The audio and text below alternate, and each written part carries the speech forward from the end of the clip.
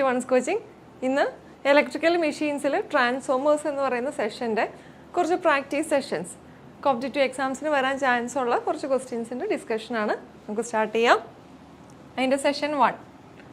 Okay, first question.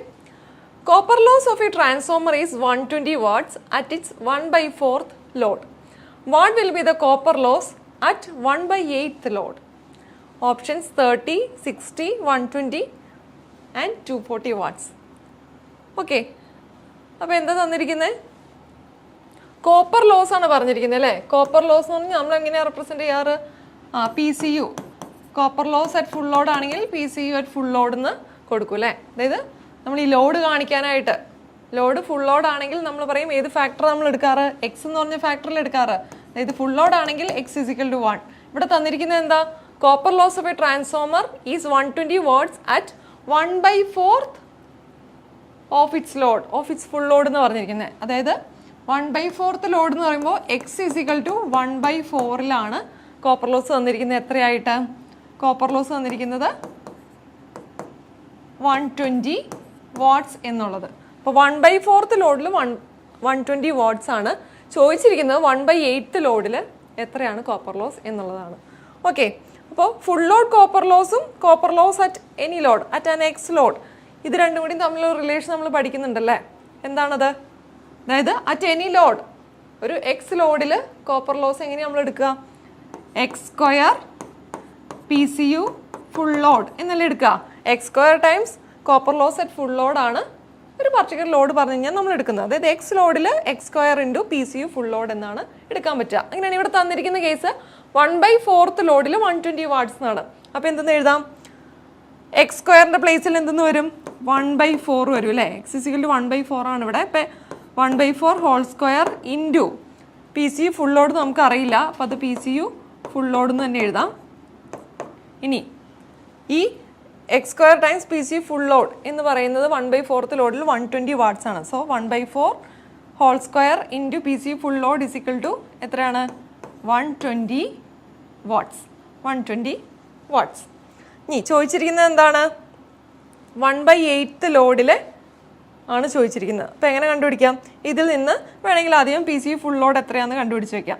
ഇതിൽ നിന്ന് PCU full load = 120 into 4² എന്ന് വരും അല്ലേ? Okay, PCU full load 120 into 4² എന്ന് വരും. ഇനി നമുക്ക് അടുത്ത് ചെയ്ത് കണ്ടുപിടിക്കേണ്ടത് അറ്റ് x = 1/8ലാണ്. അപ്പോൾ 1/8ലെ കോപ്പർ ലോസ് എഴുതുവാണെങ്കിൽ 1/8² ഇൻറ്റു PCU ഫുൾ ലോഡായിരിക്കും അല്ലേ? അതാണ് നമുക്ക് കണ്ടുപിടിക്കേണ്ടത്. അപ്പോൾ അതിനകത്തേക്ക് ഇത് സബ്സ്റ്റിറ്റ്യൂട്ട് ചെയ്ത് കൊടുക്കാം. സബ്സ്റ്റിറ്റ്യൂട്ട് ചെയ്യുമ്പോൾ നിന്ന് ഒരു 1/8² ഇൻറ്റു PCU ഫുൾ ലോഡിന് പകരം 120 ഇൻറ്റു 4². അപ്പോൾ 120 ഇൻറ്റു 4² എന്ന് പറഞ്ഞാൽ 16 ഡിവൈഡഡ് ബൈ 8². 8 ഇൻറ്റു 8 അല്ലേ? ഇത് സിമ്പിൾ മൾട്ടിപ്ലിക്കേഷൻ ആണ്. 8ഉം 16ഉം ക്യാൻസൽ ചെയ്ത് കഴിഞ്ഞാൽ ഇവിടെ 2, ദെൻ ഇത് ക്യാൻസൽ ചെയ്ത് ഇവിടെ 4, 4ഉം 120ഉം ക്യാൻസൽ ചെയ്ത് കഴിഞ്ഞാൽ 120/4 = 30 വാട്ട്സ് എന്ന് കിട്ടും. ഓക്കെ, അപ്പോൾ സിമ്പിളായിട്ട് കണ്ടുപിടിക്കാവുന്നുള്ളൂ. ഈ ഒരു കേസ് മാത്രം അറിഞ്ഞാൽ മതി. At any x load copper loss എന്ന് പറയുന്നത് നമ്മൾ റെപ്രസെൻ്റ് ചെയ്യുന്നത് x² PCU ഫുൾ ലോഡ് എന്നുള്ളതാണ് എന്നൊരു കേസ് അങ്ങ് അറിഞ്ഞിരുന്നു കഴിഞ്ഞാൽ ഈ ടൈപ്പ് വരുന്ന പ്രോബ്ലംസ് സിമ്പിളായിട്ട് ചെയ്യാം. ഓക്കെ, ഏത് ലോഡിൽ ചോദിച്ചാലും ചെയ്യാം. ഇത് ആക്ച്വലി കോപ്പർ ലോസ് മാത്രം പറഞ്ഞിട്ടുള്ള കേസാണ്. ഇത് എഫിഷ്യൻസിയുടെ ടേംസിൽ അല്ലെങ്കിൽ റെഗുലേഷൻ്റെ ടേംസിലൊക്കെ ഈ ക്വസ്റ്റ്യൻ മാറി ചോദിക്കാറുണ്ട്. പല എക്സ് തന്നിട്ട്, പല ലോഡിൽ തന്നിട്ട് ചോദിക്കാറുണ്ട്. അപ്പോൾ ഈ ഒരു കാര്യം ഓർത്തിരിക്കുക. കോപ്പർ ലോസ് എപ്പോഴും ഫുൾ ലോഡിൻ്റെ x² ടൈംസ് ആയിരിക്കും എന്നുള്ളത് ഓർത്തിരിക്കുക. ഓക്കെ, അപ്പോൾ ഇവിടെ ആൻസർ ഏതാണ്? Answer is option A, 30 watts. Okay, the next question. Question number 2. A transformer changes AC to DC, DC to AC, steps up or steps down DC voltages and current, steps up or down AC voltages and current. Simple question ആണല്ലേ? Transformer എന്ന് പറഞ്ഞാൽ എന്താണ്? നമുക്കറിയാം, ഒരു constant power device ആണ്. അവിടെ എന്ത് ചേഞ്ചസാണ് നടക്കുക? നമുക്ക് രണ്ട് രീതിയിൽ സ്റ്റെപ്പ് അപ്പ് ട്രാൻസ്ഫോമറും സ്റ്റെപ്പ് ഡൗൺ ട്രാൻസ്ഫോമറും ഉണ്ട്. അതിനകത്ത് വോൾട്ടേജ് അല്ലെങ്കിൽ current step down step up options ആണ് നമുക്ക് കിട്ടുക അല്ലേ? അപ്പോൾ transformer is A device which step up or step down AC voltage and current. ഈ ഒരു കാര്യം പ്രത്യേകം നോട്ട് ചെയ്യാം കേട്ടോ. AC മാത്രമേ ട്രാൻസ്ഫോമറിൽ സ്റ്റെപ്പ് അപ്പ് ചെയ്യാൻ അല്ലെങ്കിൽ സ്റ്റെപ്പ് ഡൗൺ ചെയ്യാൻ പറ്റുള്ളൂ. ഒരു ട്രാൻസ്ഫോമറിലേക്ക് DC കൊടുത്താൽ എന്ത് സംഭവിക്കും? ട്രാൻസ്ഫോമറിലേക്ക് DC കൊടുത്തു കഴിഞ്ഞാൽ ട്രാൻസ്ഫോമർ കത്തിപ്പോകും അല്ലേ? ഇതിൻ്റെ റീസൺസ് ഒക്കെ നമ്മൾ എക്സ്പ്ലെയിൻ ചെയ്ത് പറഞ്ഞിട്ടുള്ളതാണ്. അപ്പോൾ ട്രാൻസ്ഫോമറിൽ DC കൊടുക്കാൻ സാധിക്കില്ല എന്നുള്ള കേസും ഇവിടെ നോട്ട് ചെയ്യുക. Okay, then next question. Question number 3. A single phase 100 kVA 1000 volt bar 100 volt 50 hertz transformer has a voltage drop of 2% across its series resistance and 8% across reactance at full load. The percentage regulation of the transformer at full load with unity power factor is. Okay, regulation ആണ് കണ്ടുപിടിക്കേണ്ടത് അല്ലേ? Percentage regulation ആണ് ചോദിച്ചിരിക്കുന്നത്. Percentage regulation അതായത് terminal വോൾട്ടേജിൽ വരുന്ന change അല്ലേ? Full load no load വോൾട്ടേജിൽ നിന്ന് ആ പർട്ടിക്കുലർ ലോഡിലുള്ള വോൾട്ടേജ് ടെർമിനൽ വോൾട്ടേജിനുള്ള ചേഞ്ച് റെപ്രസെൻ്റ് ചെയ്യുന്ന ഒരു ടേമാണ് പെർസെൻറ്റേജ് റെഗുലേഷൻ എന്നുള്ളത്. പെർസെൻറ്റേജ് റെഗുലേഷൻ്റെ വാല്യൂ ഐഡിയലി നല്ലത് എന്താണ്? ആ വാല്യൂ കുറഞ്ഞിരിക്കണം. അതായത് 0% റെഗുലേഷൻ എന്ന് വെച്ച് കഴിഞ്ഞാൽ എത്ര വോൾട്ടേജ് സപ്ലൈ ചെയ്യുന്നുണ്ടോ അത്രയും വോൾട്ടേജ് തന്നെ അതിൻ്റെ ടെർമിനൽ വോൾട്ടേജ് ആയിട്ട് കിട്ടുന്നുണ്ട് എന്നാണ്. അതാണ് ശരിക്കും ഐഡിയൽ കേസ്, അതാണ് നല്ല കേസ് എന്ന് പറയുന്നത്. അപ്പോൾ പെർസെൻറ്റേജ് റെഗുലേഷൻ്റെ ഏറ്റവും നല്ല വാല്യൂ എന്ന് പറയുന്നത് 0% ആണ്. പെർസെൻറ്റേജ് റെഗുലേഷൻ കുറയ്ക്കുക എന്ന് വെച്ച് കഴിഞ്ഞാൽ മാക്സിമം ഔട്ട്പുട്ട് വോൾട്ടേജ് നമുക്ക് കിട്ടുന്നുണ്ട്, അല്ലെങ്കിൽ ഡ്രോപ്പുകളെല്ലാം കുറവാണ് എന്നുള്ളതാണ് മീനിങ്. ഓക്കെ, അപ്പോൾ ഇവിടെ ചോദിച്ചിരിക്കുന്നത് എന്താണ്? ട്രാൻസ്ഫോമർ റേറ്റിംഗ്സ് ഒക്കെ തന്നിട്ടുണ്ട്. 100 kVA 1000 bar 100 volt ട്രാൻസ്ഫോമർ ആണ്. Then voltage drop of 2% across its series resistance. Series റെസിസ്റ്റൻസിൽ വരുന്ന ഡ്രോപ്പ് പെർസെൻറ്റേജിൽ തന്നിട്ടുണ്ട് അല്ലേ? അതായത് പെർസെൻറ്റേജ് R എന്ന് പറയാം അല്ലേ? പെർസെൻറ്റേജ് R = 2% തന്നിട്ടുണ്ട്. And 8% across reactance at full load. Full ലോഡിൻ്റെ കേസാണ് വന്നിരിക്കുന്നത്. അതായത് X = 1ൻ്റെ കേസാണ്. അപ്പോൾ ഈ കേസിൽ റിയാക്ടൻസ് പെർസെൻറ്റേജ് റിയാക്ടൻസ് തന്നിരിക്കുന്നത് എന്താണ്? പെർസെൻറ്റേജ് റിയാക്ടൻസ് പെർസെൻറ്റേജ് X = 8% ആണ്. Okay, the percentage regulation of the transformer at full load with unity power factor. Unity power ഫാക്ടറിലെ റെഗുലേഷനാണ് കണ്ടുപിടിക്കേണ്ടത്. യൂണിറ്റി പവർ ഫാക്ടർ എന്ന് പറയുമ്പോൾ cos phi = 1. പവർ ഫാക്ടർ എന്ന് പറഞ്ഞാൽ cos phi = 1 ആണ് തന്നിരിക്കുന്നത്. ഓക്കെ, ഇപ്പോൾ പെർസെൻറ്റേജ് റെഗുലേഷൻ കണ്ടുപിടിക്കാം. പെർസെൻറ്റേജ് റെഗുലേഷൻ്റെ ഇക്വേഷൻ എന്താണ്? പെർസെൻറ്റേജ് റെഗുലേഷൻ്റെ equation IR cos phi ± IS sin phi / E2 അല്ലേ? അപ്പോൾ ആ ഒരു എക്സ്പ്രഷൻ വെച്ചിട്ട് സിമ്പിളായിട്ട് ചെയ്യാവുന്നേ ഉള്ളൂ. ഓക്കെ, ഞാൻ എൻ്റെ ജസ്റ്റ് ആ തിയറി കൂടി ഒന്ന് നോട്ട് ചെയ്തിട്ടുണ്ടെന്ന് റിഫ്രഷ് ചെയ്ത് പോകുക കേട്ടോ. അപ്പോൾ വാട്ട് ഈസ് വോൾട്ടേജ് റെഗുലേഷൻ എന്ന് ചോദിച്ചു കഴിഞ്ഞാൽ voltage regulation is a change in secondary terminal voltage from no load to full load. From no load to full load at a specific power factor of load and change is expressed in percentage. അതായത് എന്താ? E2 - V2 / E2 എന്നുള്ളതാണ് percentage regulation. അതിന് നമുക്ക് problems ചെയ്യാൻ പാകത്തിന് നമ്മൾ derive ചെയ്തിട്ടുള്ള എക്സ്പ്രഷനാണ്. Percentage regulation = I2R2 cos phi 2 ± I2X2 sin phi 2 / E2. ഇതിനകത്ത് ഈ I2R2 E2 എന്നുള്ളത് I2R2 എന്ന് പറഞ്ഞാൽ എന്താ? റെസിസ്റ്റൻസ് ഡ്രോപ്പാണ്. അത് E2ൻ്റെ ഫ്രാക്ഷനായിട്ട് പറയുമ്പോൾ അതിനെയാണ് നമ്മൾ എന്തെന്ന് റെപ്രസെൻ്റ് ചെയ്യുന്നത്? പെർസെൻറ്റേജ് R എന്ന് റെപ്രസെൻ്റ് ചെയ്യുന്നത്. അതുപോലെ I2X2 / E2 എന്നുള്ള ഈ ഒരു ടേമാണ് റിയാക്ടൻസിൻ്റെ പെർസെൻറ്റേജ് ഡ്രോപ്പ് എന്ന് പറയുന്നത്. അതാണ് പെർസെൻറ്റേജ് X എന്ന് റെപ്രസെൻ്റ് ചെയ്യുന്നത്. അങ്ങനെ ടോട്ടലി ഈ എക്സ്പ്രഷൻ എങ്ങനെ മാറി? Per unit voltage regulation = percentage R cos phi ± percentage X sin phi. ഈ പറഞ്ഞ ഈ ഒരു ചേഞ്ച് അങ്ങ് കൊടുത്തിട്ടുണ്ടേ ഉള്ളൂ. ഇനി ± ആണ് ഇവിടെ കിടക്കുന്ന സൈൻ. ഇതിനകത്ത് + for lagging loads and - for leading loads. Okay, അതുപോലെ ഈ പെർസെൻറ്റേജ് റെഗുലേഷനെ പറ്റി ഇനി പറയാനുള്ള എന്താ? ഇതിൻ്റെ ഒരു ഗ്രാഫും കൂടി നമുക്ക് പഠിക്കാനുണ്ടല്ലേ. ഇതിൻ്റെ ഗ്രാഫ് എങ്ങനെയാണ്? ഇതിൻ്റെ ഗ്രാഫ് എന്ന് പറയുന്നത് പെർസെൻറ്റേജ് റെഗുലേഷൻ ഒരു സൈഡിലായിട്ട്, പെർസെൻറ്റേജ് റെഗുലേഷൻ്റെ ഗ്രാഫ് എന്ന് പറയുന്നത് പെർസെൻറ്റേജ് വോൾട്ടേജ് റെഗുലേഷൻ. ഇവിടെ എന്താ? Power factor versus percentage voltage regulation ഗ്രാഫാണ്. പവർ ഫാക്ടർ തന്നെ ഈ സൈഡിലേക്ക് വരുന്നത് ലാഗിങ് പവർ ഫാക്ടറും ഈ സൈഡിലേക്ക് ലീഡിങ് പവർ ഫാക്ടറുമാണ്. പിന്നെ ഗ്രാഫിൻ്റെ ഷേപ്പ് എങ്ങനെയാണ്? ഇതാ ഈ ഒരു രീതിയിലാണ് ഗ്രാഫ് വരിക. ഓക്കെ, കുറച്ചുകൂടി ഇതായിട്ട് വരും. അതായത് വോൾട്ടേജ് റെഗുലേഷൻ്റെ മാക്സിമം വാല്യൂ വരിക ലാഗിങ് സൈഡിൽ അല്ലേ. മാക്സിമം വോൾട്ടേജ് റെഗുലേഷൻ വരുന്നത് ലാഗിങ് സൈഡിൽ, അതായത് ഏറ്റവും കൂടുതൽ ഡ്രോപ്പ് ആയി പോകുന്നത് ലാഗിങ് സൈഡിൽ. ഇനി എന്താ സീറോ വോൾട്ടേജ് റെഗുലേഷൻ എവിടെയാണ്? സീറോ വോൾട്ടേജ് റെഗുലേഷൻ ഈ ഒരു പോയിന്റല്ലേ സീറോ വോൾട്ടേജ് റെഗുലേഷൻ. അത് ഏത് സൈഡിലാണ്? ലീഡിങ് പവർ ഫാക്ടറിൻ്റെ സൈഡിലാണ്. അതുപോലെ പോസിറ്റീവ് വോൾട്ടേജ് റെഗുലേഷൻ എവിടെയാണെന്ന് വെച്ച് കഴിഞ്ഞാൽ അത് ഇവിടെ തൊട്ടുണ്ട്, ലാഗിങ്ങിലും ലീഡിങ്ങിലും ഉണ്ട്. പക്ഷെ നെഗറ്റീവ് വോൾട്ടേജ് റെഗുലേഷൻ എവിടെയാണ് വന്നിരിക്കുന്നത്? നെഗറ്റീവ് വോൾട്ടേജ് റെഗുലേഷൻ എന്ന് പറഞ്ഞാൽ ഇവിടെ നിന്ന് താഴേക്കുള്ള ഇത്രയും ഭാഗം ഇതെവിടെയാണ് വന്നിരിക്കുന്നത്? ലീഡിങ് പവർ ഫാക്ടറിൻ്റെ സൈഡിലേക്കാണ്. ഓക്കെ, ഈ ഒരു ഗ്രാഫിൻ്റെ കൺസെപ്റ്റ് കൂടി മനസ്സിലാക്കി വെക്കുക. ഇത് വെച്ചിട്ടും കോമ്പറ്റേറ്റീവ് എക്സാംസിന് ചോദ്യങ്ങൾ ഉണ്ടാവാറുണ്ട്. ഓക്കെ, ഇനി നമ്മൾ ചെയ്തുകൊണ്ടിരുന്ന ക്വസ്റ്റ്യൻ, ഈ ക്വസ്റ്റ്യനിൽ എന്താ ചോദിച്ചിരിക്കുന്നത്? പെർസെൻറ്റേജ് ആറും പെർസെൻറ്റേജ് എക്സും തന്നിരിക്കുന്നു. പെർസെൻറ്റേജ് വോൾട്ടേജ് റെഗുലേഷനാണ് കണ്ടുപിടിക്കേണ്ടത്. അപ്പോൾ നമ്മളിപ്പോൾ ഇക്വേഷൻ കണ്ടു എന്തെന്നാ? Percentage voltage regulation is equal to percentage R cos phi plus or minus percentage X sine phi അല്ലേ. ഇവിടെ പെർസെൻറ്റേജ് ആറ് തന്നിരിക്കുന്നത് എത്രയാണ്? 2% അല്ലേ. 2%, മറ്റത് 8%. ഓക്കെ, അപ്പം ജസ്റ്റ് സബ്സ്റ്റിറ്റ്യൂട്ട് ചെയ്യുക. പെർസെൻറ്റേജ് ആർ എന്ന് പറഞ്ഞാൽ 2 ആണ്. Cos phi power factor unity power factor എന്ന് പറഞ്ഞിട്ടുണ്ട്. So cos phi is 1. Cos phi 1 ആണ്. ഇനി plus or minus unity power factor ആണ്, അപ്പോൾ പ്ലസ് എടുക്കുക. ഓക്കെ, യൂണിറ്റി പവർ ഫാക്ടർ ആണ്, പ്ലസ് മൈനസ് എന്നുള്ള കൺസെപ്റ്റ് വേണ്ടല്ലോ. കാരണം എന്താ, യൂണിറ്റി പവർ ഫാക്ടറിൽ ഈ സെക്കൻഡ് ടേം ഉണ്ടാവുമോ? ഇല്ല. കോസ് ഫൈ 1 ആണെങ്കിൽ സൈൻ ഫൈ ഈസ് 0 അല്ലേ. കോസ് ഫൈ 1 ആണെങ്കിൽ sine phi is 0. Cos square phi plus sine square phi is equal to 1 ആണ്. അതിൽ നിന്ന് സൈൻ ഫൈ ഈസിക്കൽ ടു 0 എന്ന് കിട്ടും.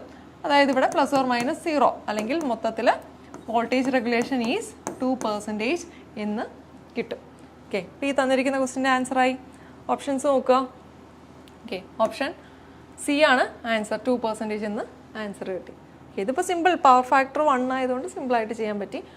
ഏത് പവർ ഫാക്ടറിലാണെങ്കിലും ഇതുപോലെ കണ്ടുപിടിക്കുക. അപ്പോൾ മറ്റേത് പവർ ഫാക്ടർ ആണെങ്കിലും സെക്കൻഡ് ടൈം കൂടി ഉണ്ടാവും അല്ലേ. സൈൻ ഫൈക്ക് വാല്യൂ ഉണ്ടാവും. സൈൻ ഫൈയുടെ വാല്യൂ കണ്ടുപിടിച്ച് സബ്സ്റ്റിറ്റ്യൂട്ട് ചെയ്ത് കണ്ടുപിടിക്കുക കേട്ടോ. Okay, then next question. Question number 4. An isolation transformer has primary to secondary turns ratio of. എന്താണ്? ഐസൊലേഷൻ ട്രാൻസ്ഫോമർ ആണ്, ഒരു സ്പെഷ്യൽ പർപ്പസ് ട്രാൻസ്ഫോമർ ആണ് അല്ലേ. ഐസൊലേഷൻ ട്രാൻസ്ഫോമറിന് എന്താ യൂസ് ചെയ്യുന്നത്? നമുക്കറിയാം ട്രാൻസ്ഫോമറിൽ പ്രൈമറിയും സെക്കൻഡറിയും തമ്മിൽ ഇലക്ട്രിക്കൽ കണക്ഷൻ ഇല്ല. അവർ തമ്മിൽ മാഗ്നറ്റിക് കണക്ഷൻ മാത്രമേ ഉള്ളൂ. അതായത് ഇലക്ട്രിക്കലി ഐസൊലേറ്റഡ് ആണ്, മാഗ്നറ്റിക്കലി കപ്പിൾഡ് ആണ്. ട്രാൻസ്ഫോമർ എന്ന് പറഞ്ഞാൽ എന്താണ്? ഇലക്ട്രിക്കലി ഐസൊലേറ്റഡ് ആണ്. Primary and secondary. പക്ഷെ എന്ത് കപ്ലിംഗ് ഉണ്ട്? മാഗ്നറ്റിക്കലി കപ്പിൾഡ് ആണ്. ഓക്കെ, ഇതും ക്വസ്റ്റ്യൻ ആയിട്ട് വരാറില്ല കേട്ടോ. മാഗ്നറ്റിക്കലി കപ്പിൾഡ് ആണ് പ്രൈമറി സെക്കൻഡറി.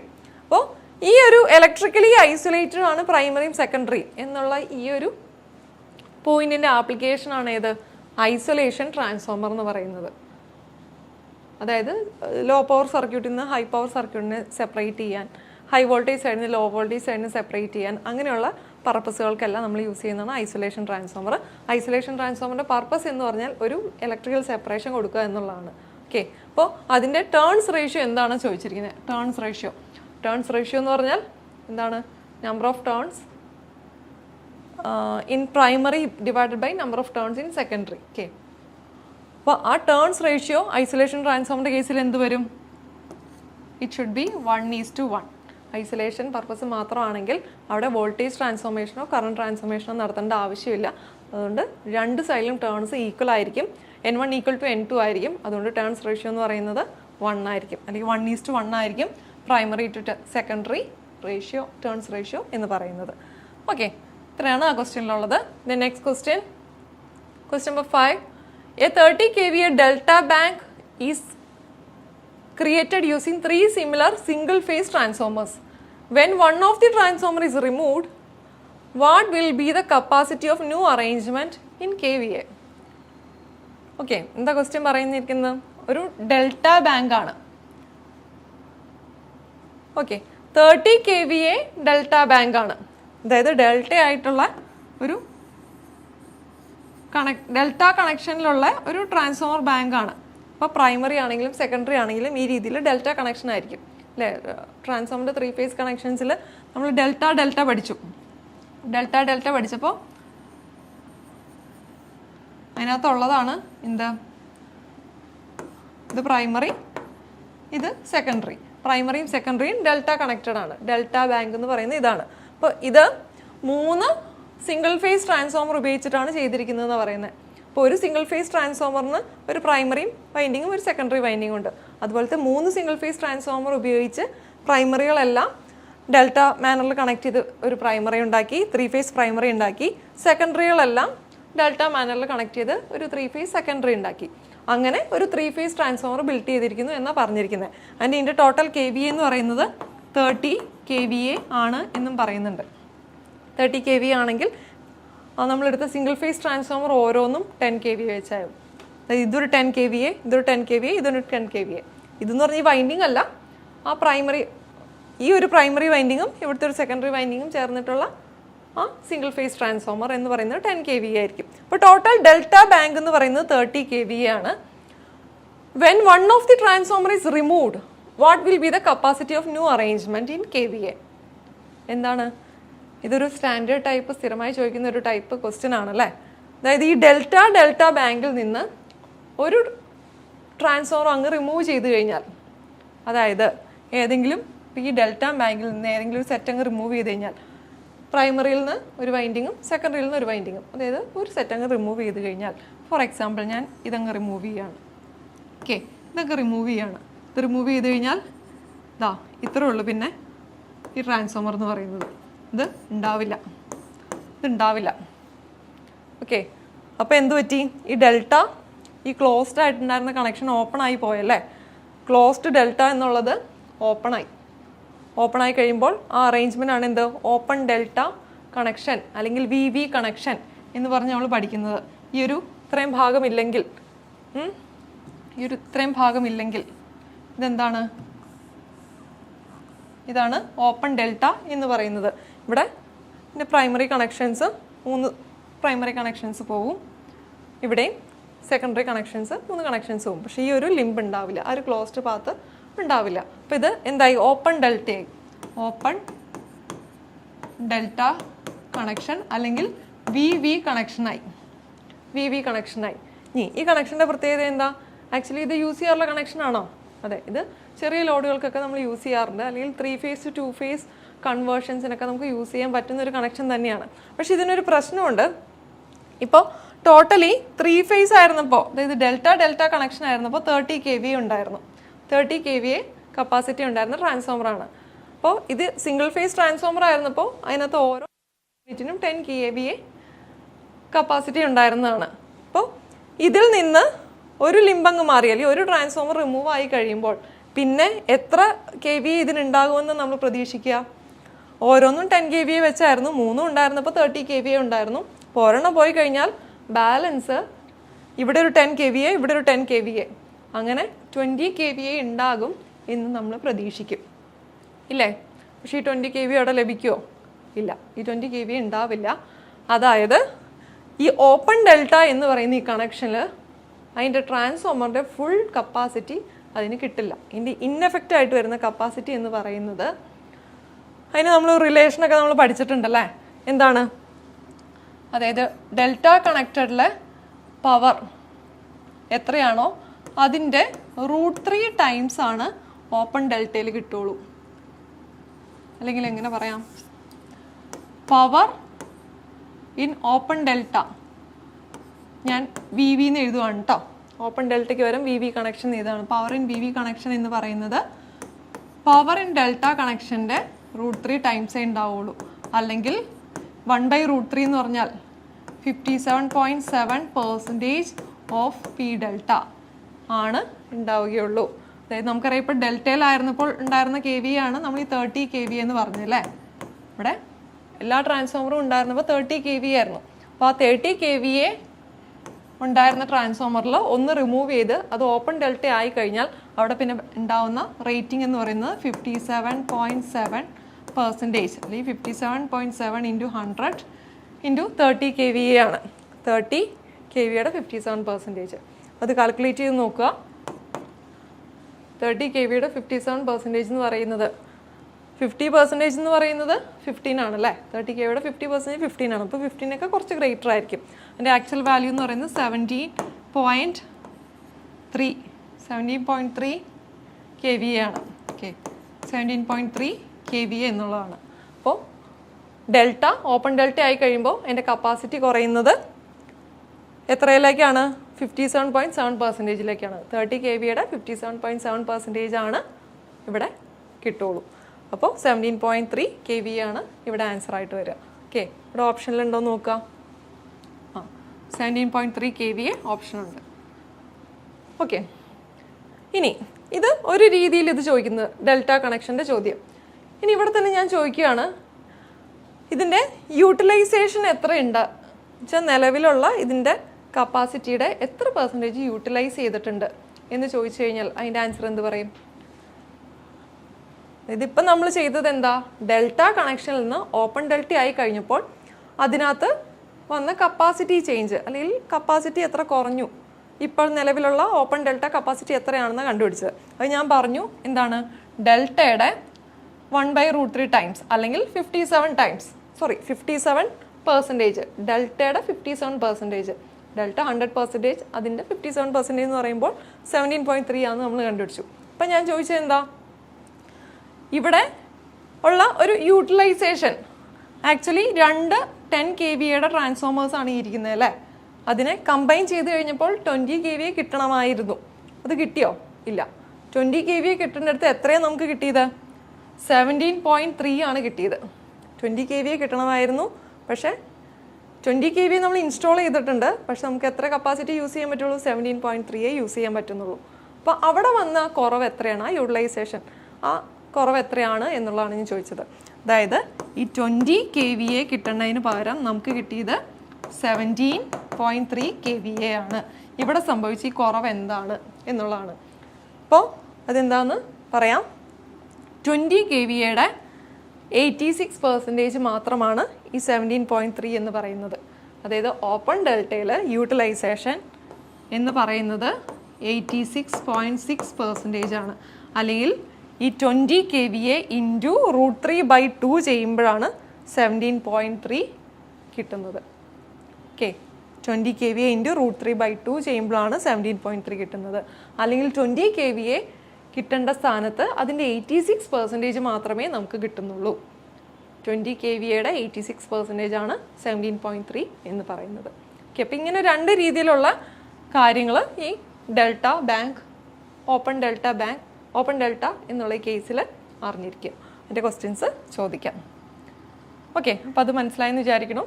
ഈ ഒരു സെഷനിൽ ഇത്രയും ക്വസ്റ്റ്യൻസ് മതി. ബാക്കി നെക്സ്റ്റ് സെഷനിൽ ചെയ്യാം. Thank you.